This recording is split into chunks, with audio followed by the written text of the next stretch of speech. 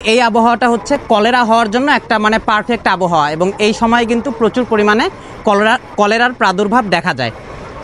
বর্তমানে বাতাসে আর্দ্রতার পরিমাণ অনেক বেশি, বৃষ্টি হচ্ছে অনেক।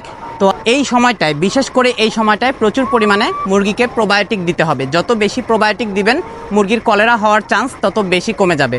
আপনারা ফার্মে প্রত্যেক মাসে মাসে সালমোনেলা, ইকোলাই, মাইকোপ্লাজমা, বিশেষ করে এই তিনটার প্রতি মাসে মাসে আপনারা ডোজ করেন, অনেক কিছু করেন, কিন্তু একটা ডোজের পরে যে প্রোবায়োটিক দিতে হয় এটা কিন্তু আপনারা অনেকেই বুঝেন না।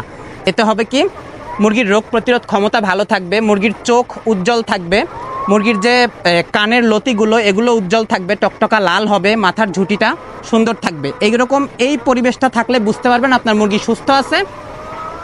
আর আরেকটা ব্যাপার হচ্ছে, কলেরা কিন্তু কোনো ফার্ম থেকে কখনো 100% যায় না। মুরগির শরীরে কিন্তু এমনিতেই কলেরা থাকে।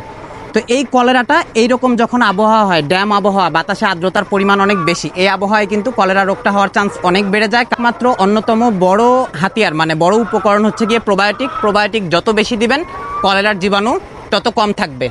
কলেরার টিকা দেওয়ার প্রথম বয়স হচ্ছে গিয়ে 6 সপ্তাহ থেকে 8 সপ্তাহের মধ্যে একটা, বুস্টারিং ডোজটা হচ্ছে 10 সপ্তাহ পরে, মানে 14 থেকে 16 সপ্তাহের মধ্যে। প্রতি 5 থেকে 6 মাস অন্তর অন্তর বুস্টারিং করতে হবে।